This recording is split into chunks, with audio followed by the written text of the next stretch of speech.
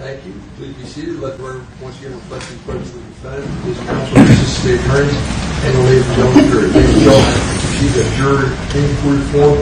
It indicates that after further discussions, reviewing the evidence, and speaking freely amongst the jury, we are still unable to reach a unanimous decision.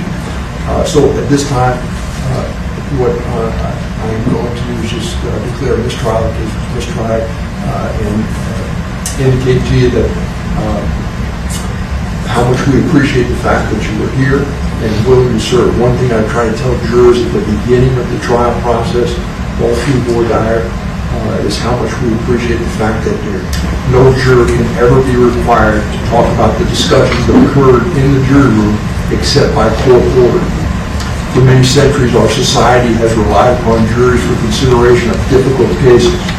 Yo, it's Big Ant, the spokesman, man. We back. Another edition of Urban Politicians TV, UPTV. Make sure you stay on your pivot at all times, man. Had to come tap in. And first and foremost, I want to once again say condolences to the entire families of YNW Sack Chaser and YNW Juvie, their parents, their siblings, cousins, any close family members, friends, or people that dealt with them on the day-to-day and still going through with this loss right here. There's been a lot of different stories and things that hit the internet before this trial and things that came out, and more so during the trial. A lot of information coming out, and I don't know what's what. I'm not directly involved. So what I do know for sure, though, is two young brothers lost their life, and their parents are going to be grieving them. Everybody close to them are going to be grieving them no matter what's going on with everything. So most definitely, rest in peace to those young brothers and condolences to everybody infected.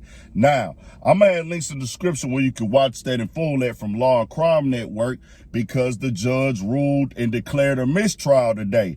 They was deadlocked and they couldn't come up to the decision. Different reports were coming out saying that they would have to go to hotel rooms for the entire weekend. We were seeing Monday at first, and that's what I was thinking. But it came down about an hour and some change ago that this was now be ruled a mistrial, as y'all heard, by the judge. Now, with the judge declaring it a mistrial, the questions that I have and everybody who's viewing this is going to have, what is next? Now, I looked at two different reports. One that it came out yesterday that said what happens if they don't reach a decision. And then another one from Miami Herald that said this.